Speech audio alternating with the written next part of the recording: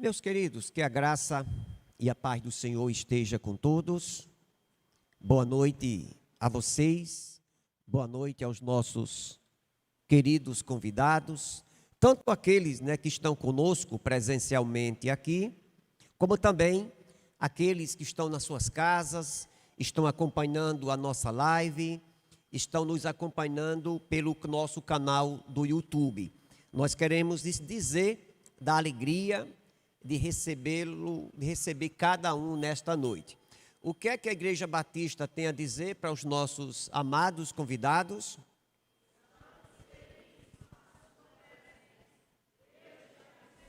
Amém, louvado seja o Senhor. Meus queridos, certa ocasião eu estive pregando numa igreja em Mossoró e fui cumprir uma agenda. Aquela agenda que você cumpriu mesmo para não dizer que não poderia faltar. Cauã, meu filho, olha se aquela cortina de ar já foi desligada. E eu saí daqui de Apodi, tinha dado aula, cansado, saí em casa, cheguei em casa, peguei minhas coisas e saí às pressas para Mossoró.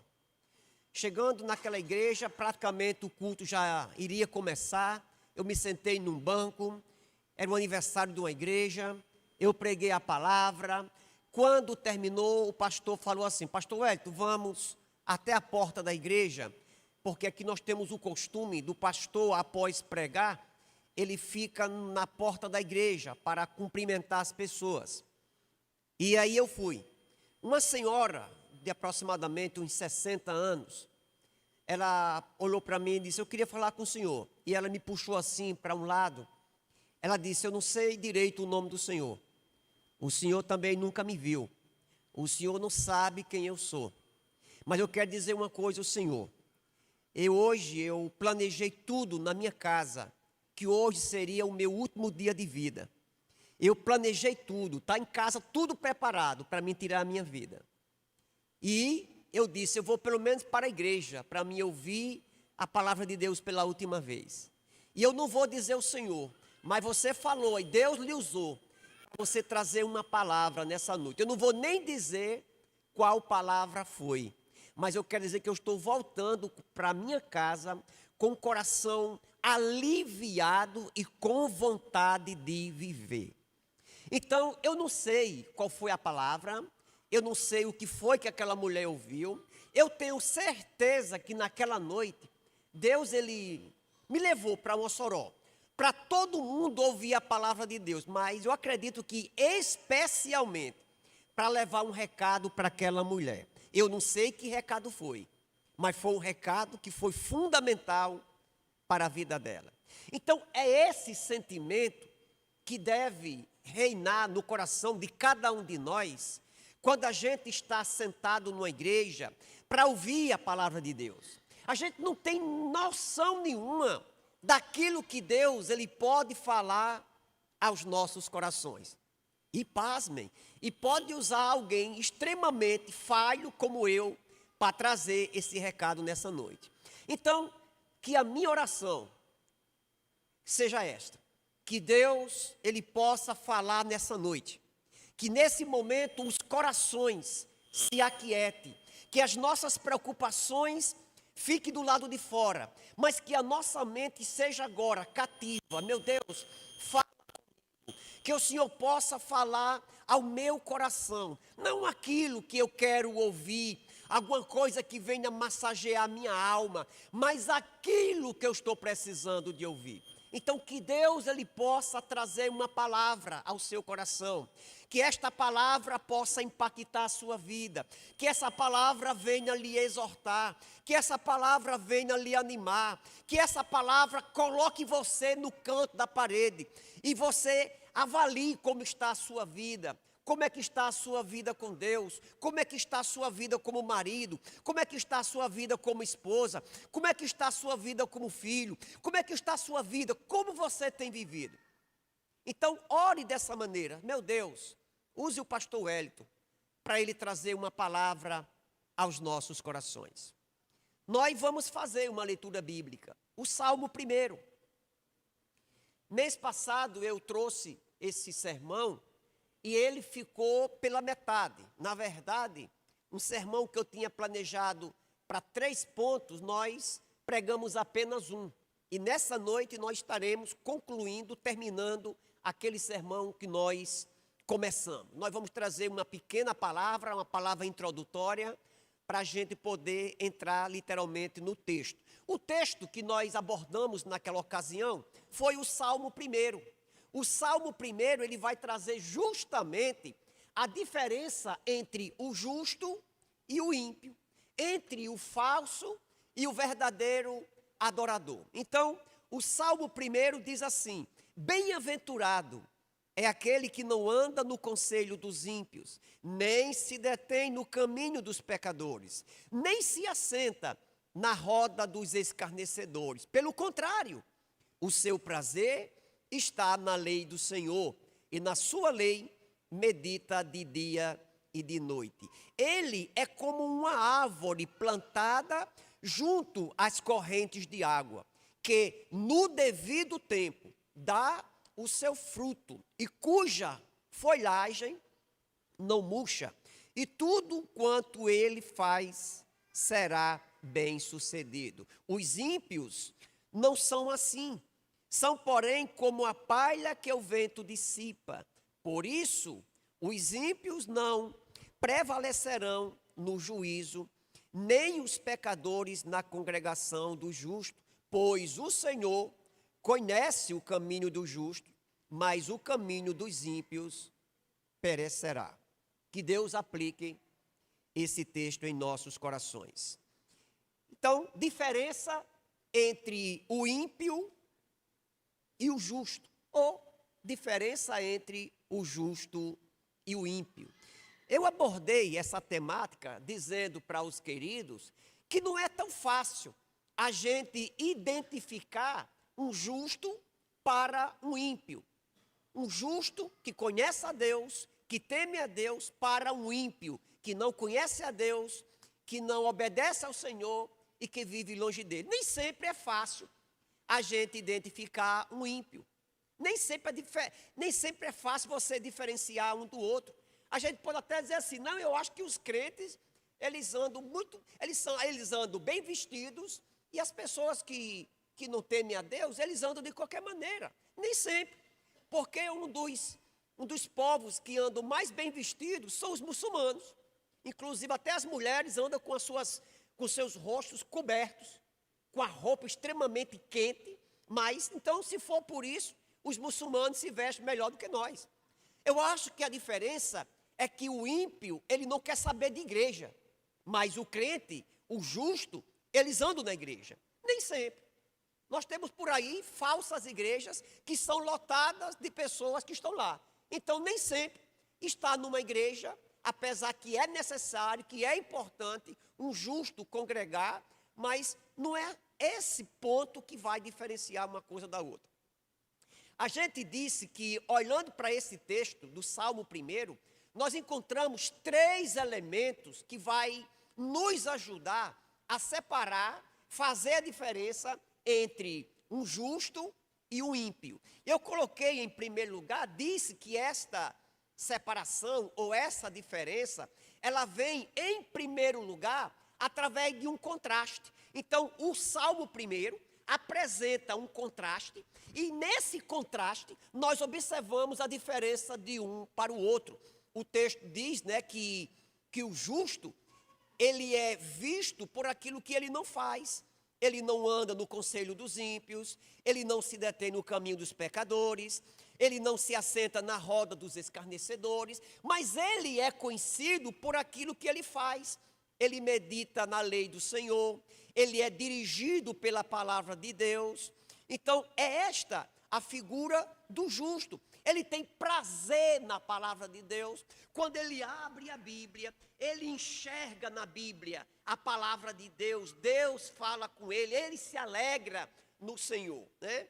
Já o ímpio não. O ímpio é alguém egoísta, é alguém que ele zomba de Deus, ele ridiculariza aquilo que é santo, é alguém que é marcado pela zombaria, pela blasfêmia, é alguém que escarnece, é alguém que leva uma vida desregrada, uma vida imoral, uma vida pecaminosa. Então, esta ou este foi o primeiro elemento que permite a gente fazer a separação, a diferença do justo para o ímpio, através desse contraste.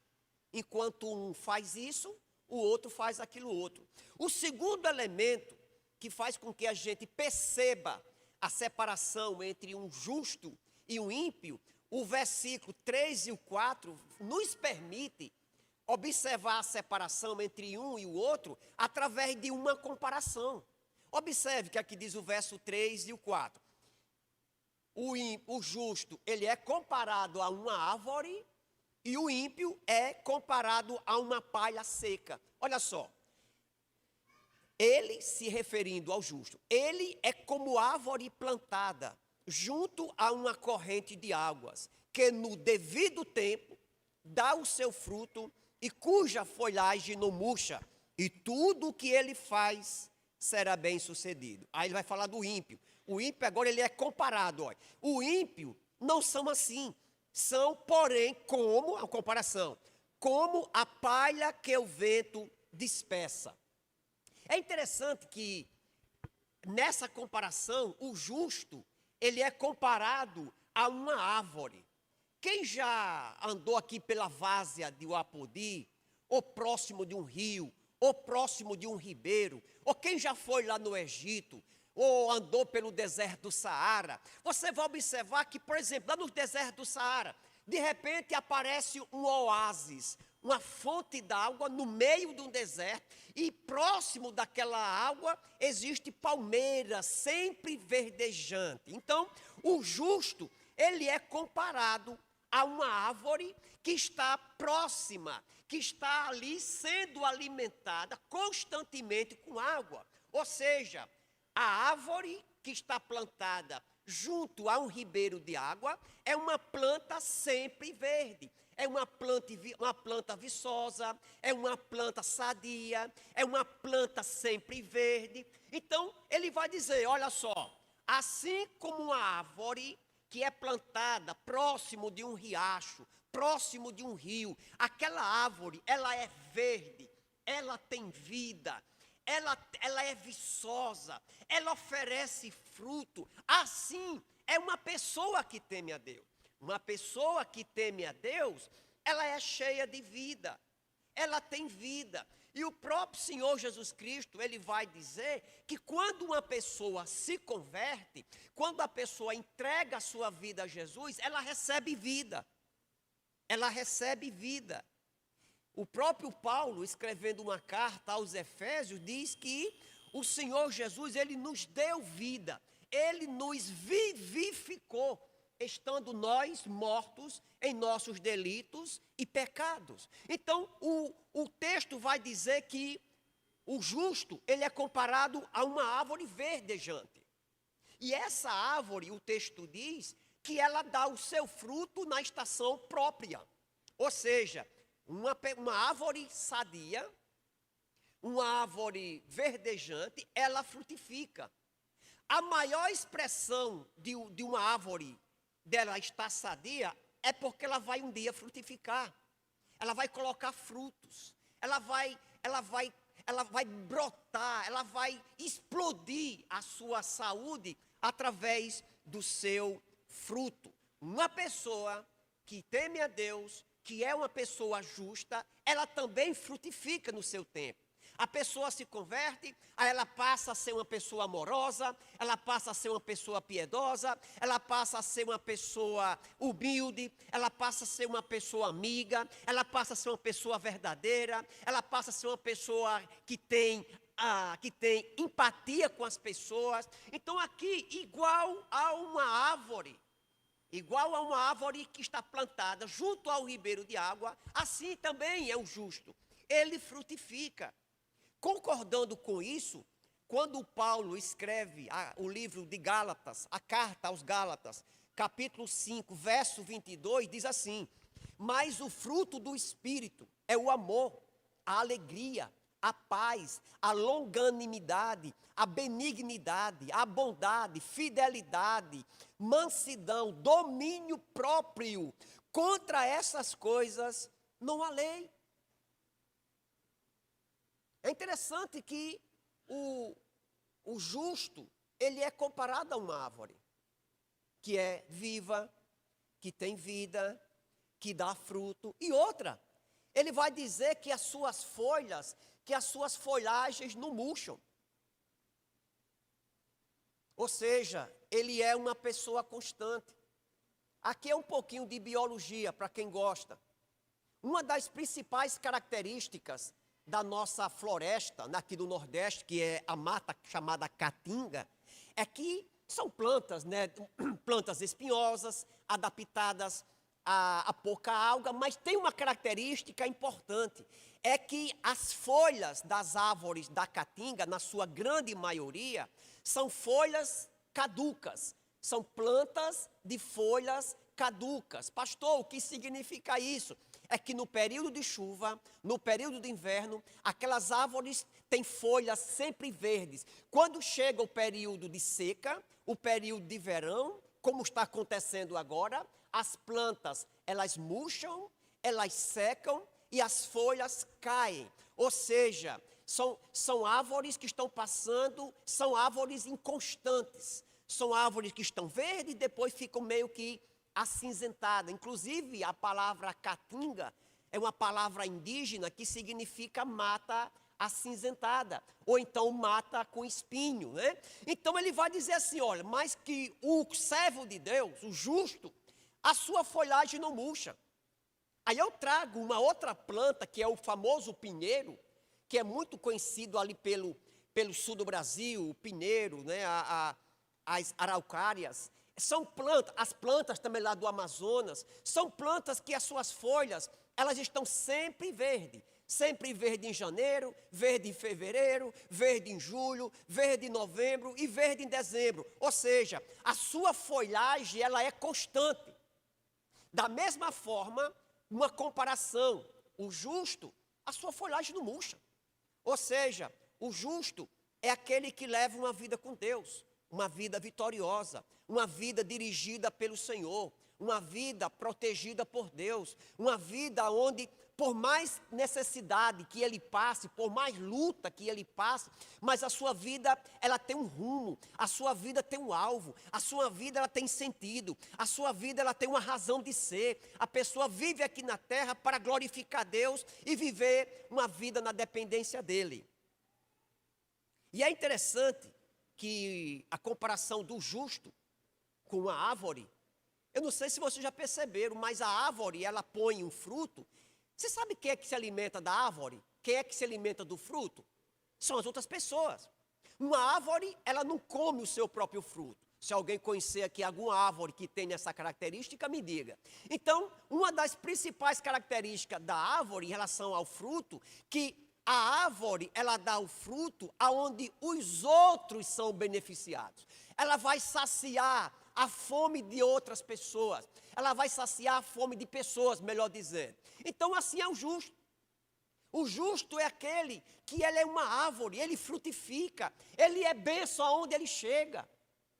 Não é difícil você encontrar uma mulher que o marido se converteu, e a mulher muitas vezes nem crente é. O marido se converte, a mulher diz, meu Deus, eu estou agora vivendo com um homem diferente.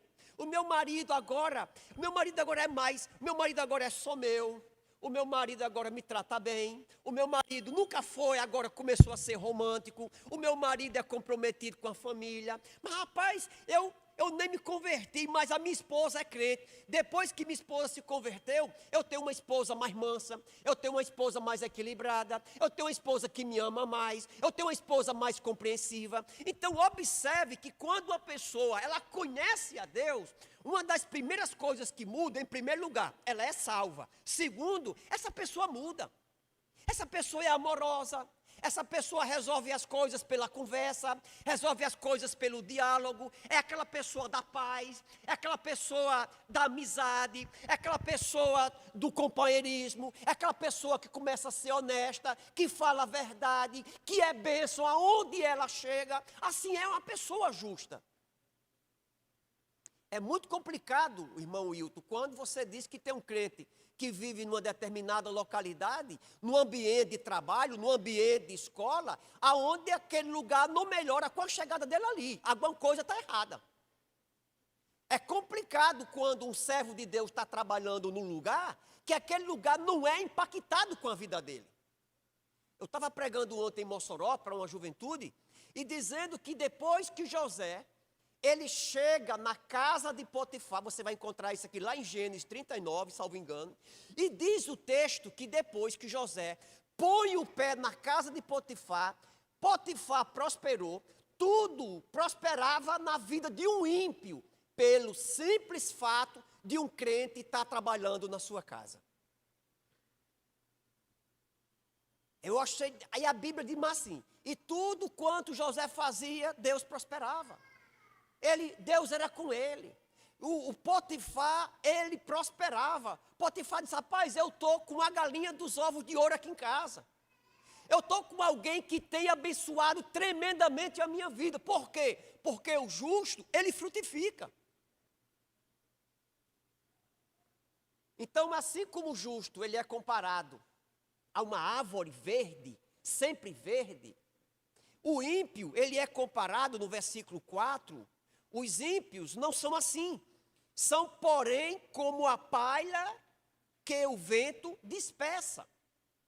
Ou seja, enquanto o justo é comparado a uma árvore verde, uma árvore com vida, o ímpio é considerado uma pessoa morta. A palha não tem substância, a palha não tem valor, a palha não tem verde, a palha não tem vida. Então, ele vai dizer assim, olha, o ímpio, ele é morto.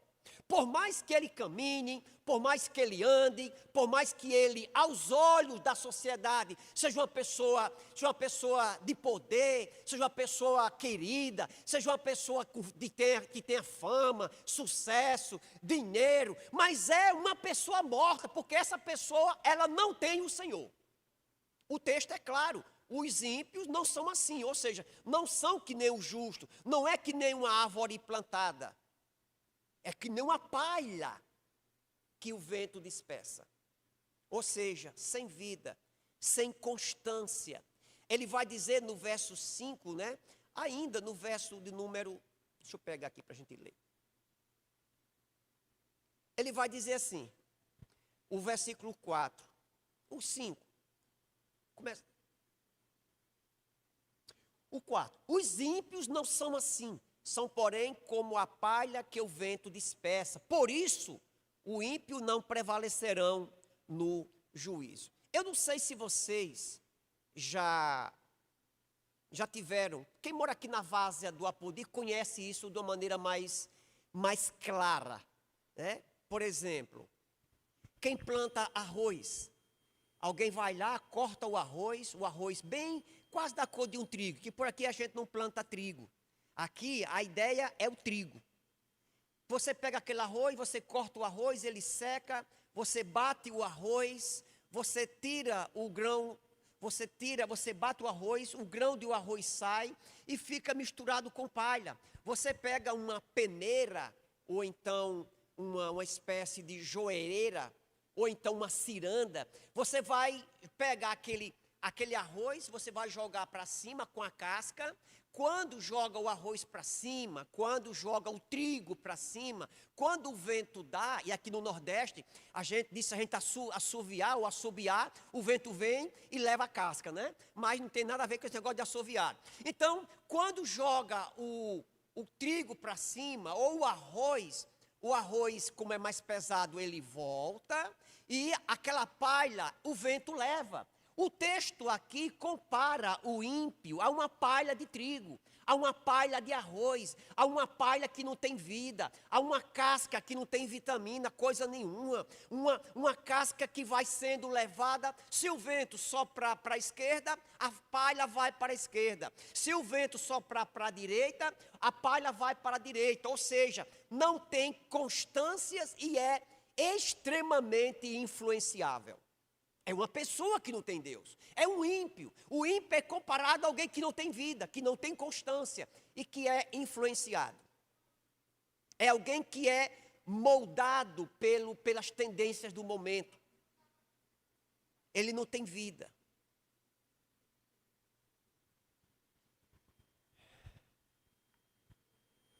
É alguém que é regido pela moda. Graças a Deus, mas há uns 6 anos, por aí, 6, 7 anos, os irmãos devem lembrar que apareceu um negócio de uma baleia azul. Um jogo mortal, onde as pessoas brincavam nesse jogo, e as pessoas começaram a desenhar fotos de baleia no braço, e nesse tipo de jogo, nesse tipo de pacto, nesse tipo de aliança, as pessoas elas eram levadas a cumprir determinados rituais e que muitas vezes poderiam levar à morte. E era muita gente tendo a sua vida guiada por esse jogo, por esse modelo de situação. São pessoas influenciáveis. Se a tendência é a pessoa falar mal de Deus, eu vou falar. Se a tendência do momento, eu lembro que aqui no Brasil, no início dos anos 2000, até já perto já da virada do século, existiu uma tendência de alguns famosos no Brasil se converterem, passarem a ser evangélicos. Eu sei que o camarada vinha para a igreja, mas continuava com a mesma vida, né, desmantelada. Aí muita gente corria para a igreja porque eu vou ser crente, porque Carla Pérez é crente, porque a Gretchen é crente, porque fulano e tal é crente. Então, são pessoas que, por serem famosas, começaram a influenciar outras pessoas. Tem até gente que diz, rapaz, eu acho que ser crente é legal. Eu acho legal ir para a igreja, rapaz, é um negócio bem maneiro, a gente se sente bem, a gente parece que está até mais aliviado. E eu vou para a igreja porque tal jogador de futebol vai para a igreja. Tal jogador de futebol faz sucesso e agora está indo para a igreja. Eu não estou dizendo que os famosos não devem ir para a igreja, deve sim. Da mesma maneira que uma pessoa anônima, de uma pessoa que não tem fama, precisa de salvação, um famoso também precisa. Agora, teve uma tendência, porque o pessoal é extremamente influenciável, então se o famoso entrava na igreja, nós também vamos entrar.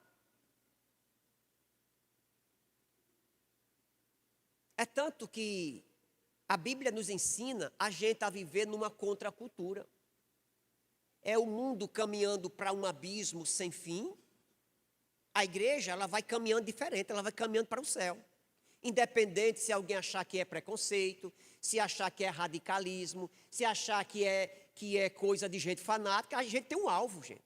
A gente está aqui na terra, a gente trabalha, a gente se diverte, a gente tem família, a gente aproveita as belezas e as coisas dessa vida, mas o nosso alvo é o céu. Nós não podemos nos empalhar aqui não. A Bíblia diz que nós somos peregrinos. E para a gente partir aqui para o terceiro ponto, então, enquanto o ímpio é considerado, comparado a uma palha, a uma folha seca, como tem um hino, é igual a uma folha seca caída no chão, que vai sendo levada para onde o vento soprar. Assim é o mundo. Eu ficava horrorizado eu estou dizendo isso pela questão da influência, principalmente na moda. Eu poderia falar aqui em tantas outras áreas que o mundo é influenciado. Na política, na economia, nos costumes, nas crenças, na cultura. E falando em cultura, eu lembro de duas coisas muito esquisitas quando aquele jogador de futebol, chamado Caicai, né? O Neymar, ele começou a usar um topete feio, que era uma coisa horrível. O que tinha de gente fazendo aquele topete, e era uma coisa absurda, gente. Tinha gente que não combinava de jeito nenhum e fazia aquela crista, parecia a crista de um galo. Tivemos uma moda que eu fui ensinado pela minha família, a gente a comprar uma calça, minha calça é 36, a comprar uma calça, que essa calça ela seja justa com o seu corpo. Eu vou comprar minhas calças lá na Riachuelo, aí eu chamo aquelas atendentes, eu digo, ei, onde é que eu encontro aqui uma calça 36? Aí a mulher diz, vá lá na seção infanto-juvenil. Eu fico, que é isso, senhora? Obrigado pela consideração. Aí a gente compra uma calça que ela se adapte ao nosso tamanho. Aí teve uma moda, há algum tempo atrás, que o correto para as pessoas era comprar uma calça 3 números na frente do seu, porque você botava um cinto, a calça descia e ficava mostrando a cueca. Então, aquelas cuecas velha feia, encardida, amarelada. Tinha gente que tinha dinheiro para comprar essas roupas, essas cuecas de marca, ficava até legal, apesar de ficar esquisito. Mas tinha gente que ficava mostrando a cueca só porque era moda.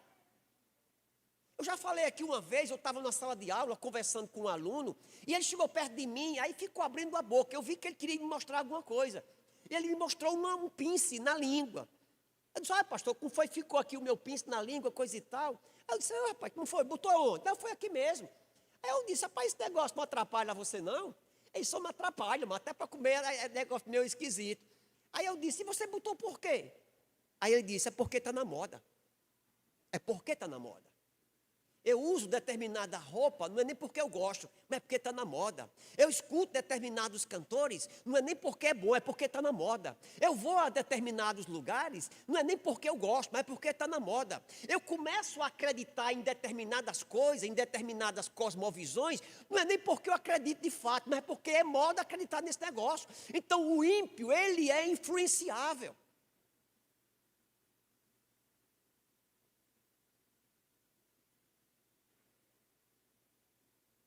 Nós vamos para o último aspecto, o aspecto que vai nos permitir fazer a diferença entre o justo e o ímpio. O primeiro, nós podemos observar isso através de um contraste. Segundo, através de uma comparação. Terceiro, através de um destino. O ímpio tem um destino, o justo tem outro destino. O verso 5 e o 6.